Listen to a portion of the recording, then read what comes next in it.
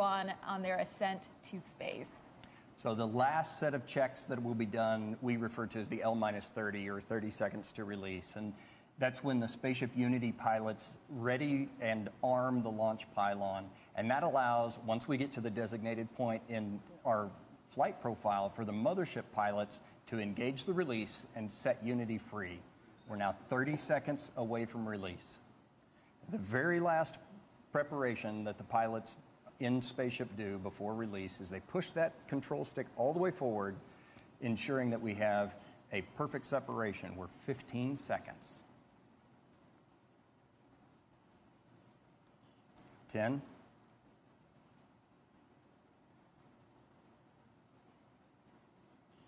5, 3, 2, 1, release, release, release.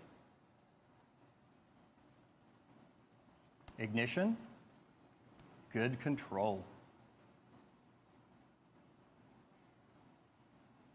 There's Mach 1. The pilots have started trimming for that turn towards space. Trim is now set. There is max Q. That's the point of maximum pressure exerted on the vehicle by the atmosphere. Those on board are experiencing about 3 Gs right now and traveling over 1,000 miles an hour. That's incredible. I can imagine they're having quite a great time. We're at Mach 2. We're in the vertical, headed towards space. This is the part where they're seeing Earth move away and seeing space come into view and seeing that they're going to space, and just, it is an incredible feeling. So we've got about Mach 2.8, Mach 3 approximately, and rocket motor cutoff. Amazing. The crowds here are just absolutely going wild. I can't imagine what's happening in Antigua with them cheering them on. That's incredible. Awesome. Go Keisha, go Anna, go John. So everybody on board has been cleared to unstrap and enjoy that zero-G experience. The pilots have unlocked the feather. That's the preparation so that they can raise the feather here momentarily. They're engaging the RCS as well. The feather is now starting to move on its way up. Everyone's up out of their seats, just it's incredible. They're all, I know, it's amazing. They're all going to the window and taking in this just absolutely incredible view of Earth, the planet where all of their experiences are held. Everything they've ever known is down below. The feather is all the way up. We have a predicted apogee of about 289,000 feet. That is amazing. Our crew looks like they're having an absolutely incredible time, and they are officially astronauts. Welcome to space. Woo. Congratulations to John, to Keisha, to Anna on becoming astronauts today, and a special congratulations to our Unity pilot, Kelly, for her first space flight. And welcome back to space, CJ and Beth. And the vehicle is oriented in that backflip or that upside down maneuver from our perspective. And you can see them just enjoying that view of the Earth below. Man, it's just incredible. I can see that they just can't take their eyes away. And it's, you know, it's hard for us to describe. We can obviously see they're having just an incredible time in space, taking in the views, but it's an experience. It's the silence, it's the views, it's seeing our brilliant planet against the matte black of space. I can't imagine what, I can't imagine what they're going through right now, and I can't wait to hear about it.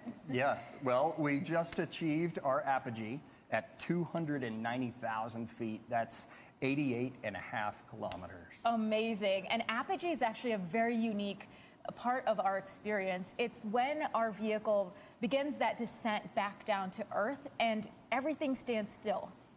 It's just, and we take a moment in the cabin, silent and looking out as a crew, and it's an experience I can only describe with these words, but one to be felt, really. Yes.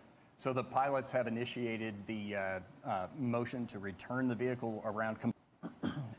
They've just made the return to seat call. They do that before we get to about 0.1 Gs. The pilots tell the passengers when to return to their seats, and then it's something that our training team has made very natural and intuitive. Absolutely. Even though you're in that reduced G environment. Yeah, absolutely. During the days up leading to training, it's something that all of our crew practice Our cabin is very purposefully designed Yes. to allow for our crew to get back into their seats. And even on re-entry, the amount of G's that you feel, but is, I mean, it's designed that anyone can do it, as we've seen today. And the views are going to be amazing on the way down, too. So when we talk about space travel, right, with the boost, everybody recognizes that as exciting and thrilling, but the reentry is actually quite thrilling as well. And we have shock waves that form over the top of the vehicle.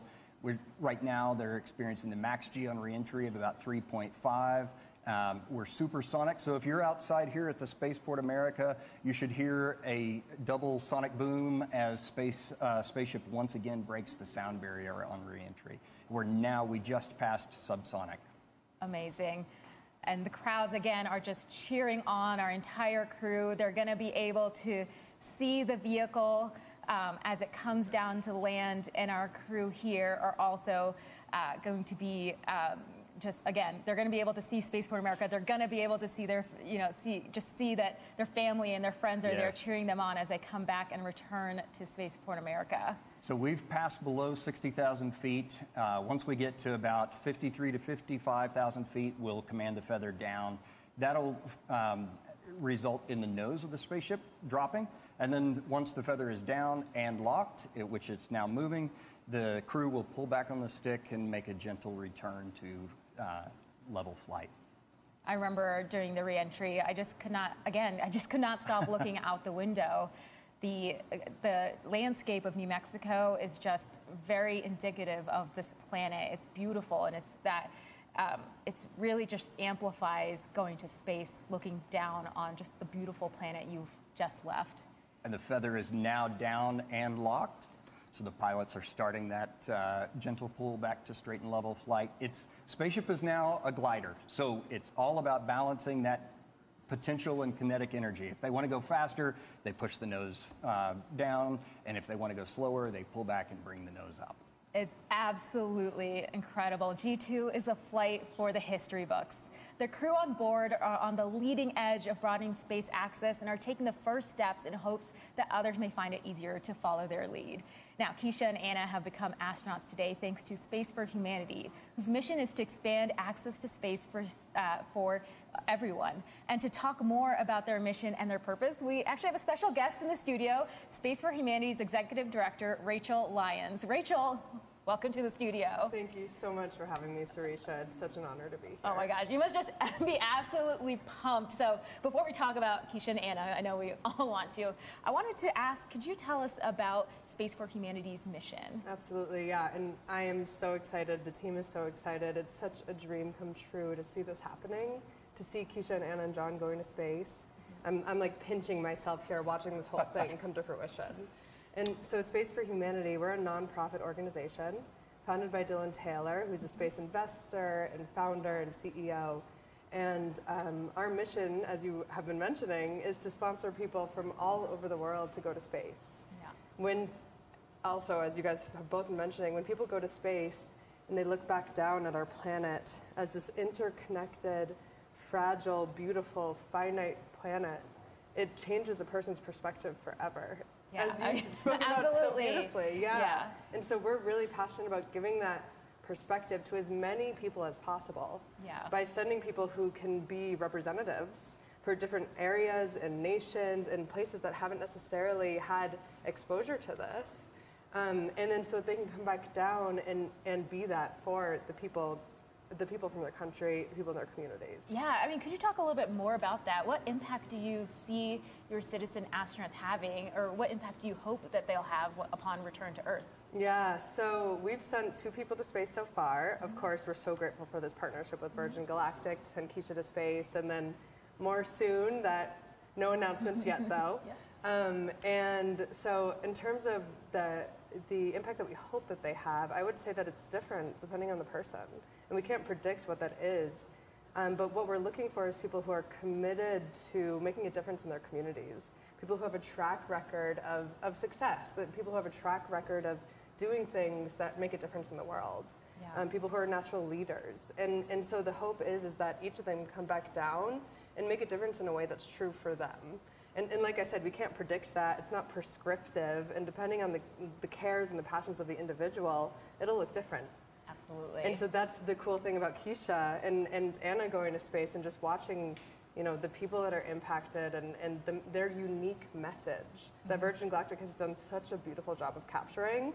It's just amazing to watch. Yeah, I mean, actually, speaking of Keisha and Anna, you've seen their journey from when they were selected. You were there. Yeah. So maybe you could talk about, you know, being there, Keisha's reaction to her journey, training for spaceflight, being here on site, and then you saw her go to space. What impact have you already seen that journey make? Yeah, so we were there just about 2 years ago, a little bit less than 2 years ago now.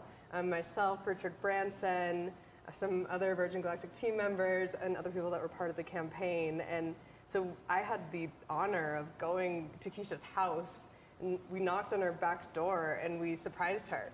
And Richard Branson's face just, you know, greeting her when she opened the door. That's where we saw the screen. Yeah, exactly. That's you saw in person. Exactly, exactly. And so, you know, that was a dream come true, because that was the first time we had ever given someone a ticket to space. That's incredible. And so to watch this now 2 years later, and also to watch the impact that she's having on Antigua. I mean, I've been to a handful of space launches at this point, and I don't think I've ever even met someone from the Caribbean at one of these space launches. And so now there's reporters, there's people from Keisha's community, you know, there's people who are telling me what their flag means and what it means for them as a nation to have Keisha be going to space, Keisha and Anna.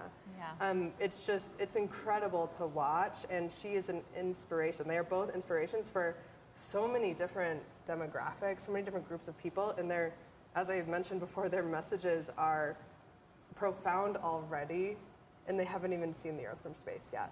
Yeah, I mean, they represent such an incredible community. Of course, Antigua, Barbuda, Caribbean, mothers, daughters, college, university students, women.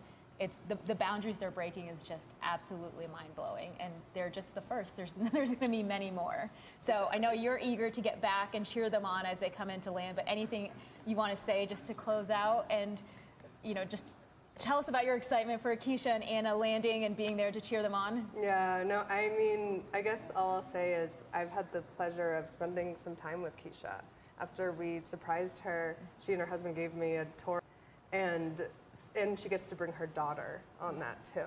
And so I think that's what I will leave everyone with, is just imagining what it would be like for someone who's dreamed of this forever to get to go and have this experience and be cheered on by her entire community. It's absolutely incredible. I know you're going to be right there when they get back to give them the biggest hug. Yeah, definitely. Can't wait. Amazing. So, speaking of cheer, let's check back in Antigua with Chewy. Access to space for everyone. And to talk more about their mission. 7,500 feet. Amazing. Again, I've said this before many times, but the crew have this incredible view not only of the New Mexican landscape, but of our spaceport facility, which is this incredible facility where they spent the last few days bonding with their crew and training with their crew. So, of course, it holds a special part in their hearts, and they get to see that view on their way down. So we're 1,000 feet above the runway. The runway here is about 4,500 feet or 500 feet. Pre-flare, that's pulling the nose up and taking advantage of the ground effect. It's extra lift you get when you're close to the ground. We've crossed the threshold. That's the beginning of the runway.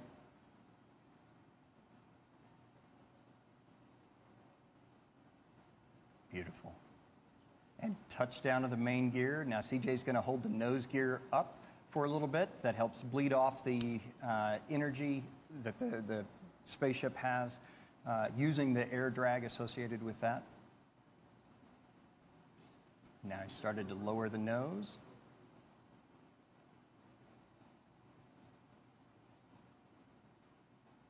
And the nose gear is now down. So at a designated airspeed, the pilots have the option to apply the brakes or not. They can let the vehicle roll to a stop. We have plenty enough runway here. They are applying the brakes today, so. We have 12,000 feet of runway here at Spaceport America. 12,000 feet of runway and 200 feet wide, so plenty of room. And full stop. Oh my gosh, amazing. That is absolutely incredible. What a beautiful landing. Congratulations to everyone on board.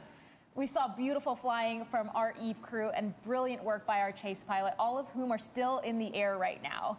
Thank you to everyone on the ground here at Spaceport America who made this day possible. Continue following us on social to hear more about our incredible astronauts and see more from this incredible flight. Now, we'll continue the celebration here as we wait the arrival of our other vehicles. Our astronauts are envoys of hope, curiosity, and progress. The more who are able to have that experience and go back to their respective diverse communities, the bigger effect it'll have on the next generation of dreamers for the care of our home planet and the people that inhabit it. G2 crew has demonstrated that the future of spaceflight is not only for pilots and engineers, but for artists, science, athletes, anyone that wants to embark on this journey. So wherever you are on planet Earth, we thank you for watching, and we'd love for you to join us on one of our upcoming future missions. Please join the celebration on social, or head over to our website to learn more about this mission and how you can embark on your own journey to space. Thanks, everyone. Thank you for joining us.